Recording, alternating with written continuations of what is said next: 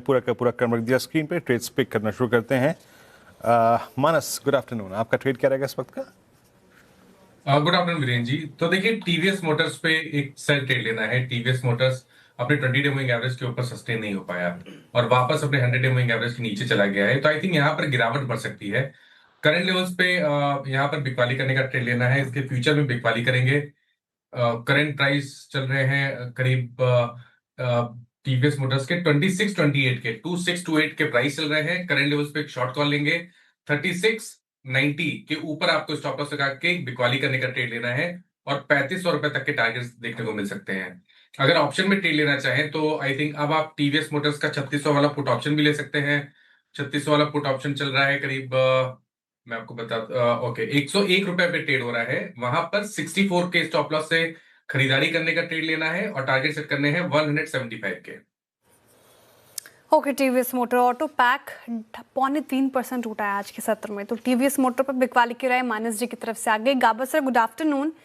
क्या पिक कर रहे हैं? Good afternoon to you.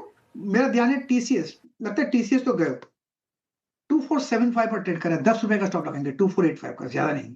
Down side 2450 possible है क्योंकि यहाँ पर स्ट्रक्चरली वीकनेस है। इसको कोई संभालना डिफिकल्ट है थोड़ा टीसीएस। ओके, पहले आया टीवीएस मानस जी का, फिर आया टीसीएस। मतलब राजेश सतपथी जी, आपने भी टी से कुछ लिया या फिर कुछ और है? नहीं, टी से कुछ नहीं है। वीरेंद्र जी, देखिए, मेरा मेरा भी सेल कॉल ही रहेगा। वो रहेगा पीएनबी हाउसिंग फाइनेंस। अब पीएनबी हाउसिंग फाइनेंस का स्ट्रक्चर देखे, अगर आप प्योर स्विंग ट्रेडिंग के हिसाब से देखें तो ये 790 800 ये क्लस्टर है, इसका रेजिस्टेंस जोन है और बस इसी जोन को टच करने के बाद ये रिवर्सल दे रहा है।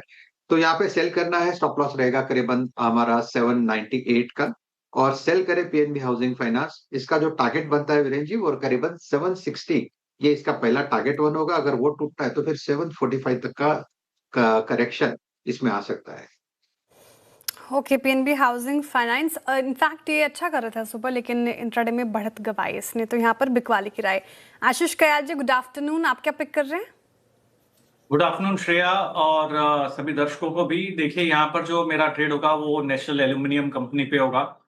काफी स्ट्रॉन्ग ट्रेड है और हम कमोडिटीज में एल्यूमिनियम में चलते हुए देख ही रहे हैं कि कैसे अपसाइड दबाव बना हुआ है, अपसाइड प्रेशर बना हुआ है। तो नेशनल एल्यूमिनियम पे बाय की राय होगी। ऊपर में जो टारगेट है स्टॉक में 425 का देख सकते हैं। स्टॉप लॉस 390 का लगाना होगा।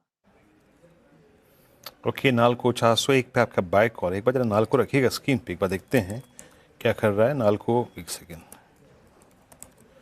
401 पे ट्रेड करता हुआ और यस, क्या गजब की स्ट्रेंथ है। 1 2 3 4, इट्स फिफ्थ सेशन में पिछले 4 दिन के स्विंग हाइस को अगर आप देखें क्रॉस करता हुआ। Aggressive pattern, bullish flag. Vikas, good afternoon. आपका ट्रेड इस वक्त का? Good afternoon Virendra ji. देखो, ओवरऑल ऑटो पैक में मुझे वीकनेस यहाँ पे बढ़ते हुए देखने मिल रही है। मेरा सेल कॉल रहेगा बजाज ऑटो, जहाँ पे एक प्रेशर आज के दिन में देखने मिल रहा है। बट मुझे लगता है यहाँ से एक प्रेशर बिल्ड होते हुए देखने मिल सकता है। नीचे में 8800 के आसपास के टारगेट मुझे लगता है यहाँ से आते हुए देखने मिलेंगे। ऊपर में जो स्टॉप लॉस यहाँ पे देखना है वो 9530 के आसपास का यहाँ पे स्टॉप लॉस रिकमेंड कर रहा हूँ। जो आज के पूरे दिन में हमने देखा है कि 9500 के ऊपर वो सस्टेन नहीं कर पाता है, तो 9530 का स्टॉप लॉस लगा के बजाज ऑटो को यहाँ पे सेल करके जाना है।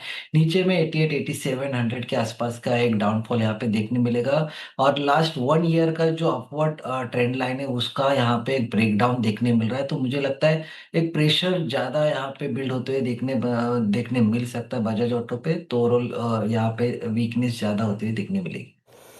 वीकनेस बढ़ सकती है बजाज ऑटो में, तो यहाँ पे बिकवाली की राय विकास जी की तरफ से आता हुआ। शो में आगे समझेंगे भी कि बजाज ऑटो में ऐसा क्या हो गया जो इतनी भयंकर बिकवाली आ रही है। फिलहाल टेक्निकल कॉल्स पूरे हो गए हैं कि करके रीकैप फटाफट से टारगेट और स्टॉप लॉस लिख लें आप। मानस जी से हमने शुरुआत की, इन्होंने टीवीएस मोटर चुना है। बिकवाली की राय आप देखें तो 3500 के नीचे के टारगेट प्राइस आए हैं। 3691 का लगाना है आपको स्टॉप लॉस। साथ ही 3600 का पुट भी ले सकते हैं और 64 का लगा सकते हैं स्टॉप लॉस। 175 का टारगेट है, खरीदना है आपको पुट। गाबर सर कह रहे हैं कि टीसीएस पिछले कुछ सत्रों से ट्रैक कर रहे थे गाबर सर टीसीएस को, आज कह रहे हैं कि अब बिकवाली करके ही पैसे बनेंगे यहाँ पे, तो 2450 के टारगेट एक्सपेक्टेड है, 2485 का लगाना है आपको स्टॉप लॉस। राजेश सातपुते जी कह रहे हैं कि पीएनबी हाउसिंग फाइनेंस ये इसने बढ़त गवाई है इंट्राडे में, तो वीक नजर आ रहा है, 745 760 के नीचे के टारगेट एक्सपेक्टेड हैं, 798 का लगाना है आपको स्टॉप लॉस। आशीष कयाल जी मेटल स्पेस से जा रहे हैं, नैल्को काफी स्ट्रॉन्ग नजर आ रहा है मेटल्स में, इनफैक्ट तो 425 का टारगेट है, 390 का स्टॉप लॉस मेंटेन कीजिए जरूर से। और विकास जी ने बजाज ऑटो चुना है बिकवाली के लिए, और यहाँ पर प्रेशर काफी बनता हुआ और नीचे के स्तर खुल सकते हैं, तो 8,800 का नीचे का टारगेट है, 9,530 का आपको लगाना है स्टॉप लॉस। लेकिन इस गिरते मार्केट में आपका इन्वेस्टमेंट आइडिया क्या हो, ये टफ क्वेश्चन हम गौरांग जी के लिए रखते हैं। गौरांग जी गुड आफ्टरनून, स्वागत है आपका कार्यक्रम में। बताइए सर, कौन सा स्टॉक लगता है आपको कि लंबी अवधि के नजरिए से पैसे बना कर देगा?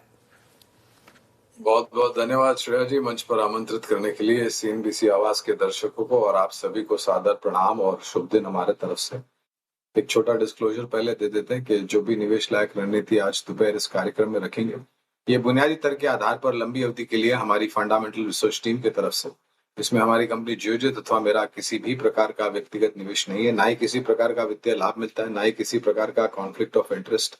लेकिन इसी स्तर पर राय हम हमारे क्लाइंट्स को देते हैं, संभव है कि उनका निवेश हो।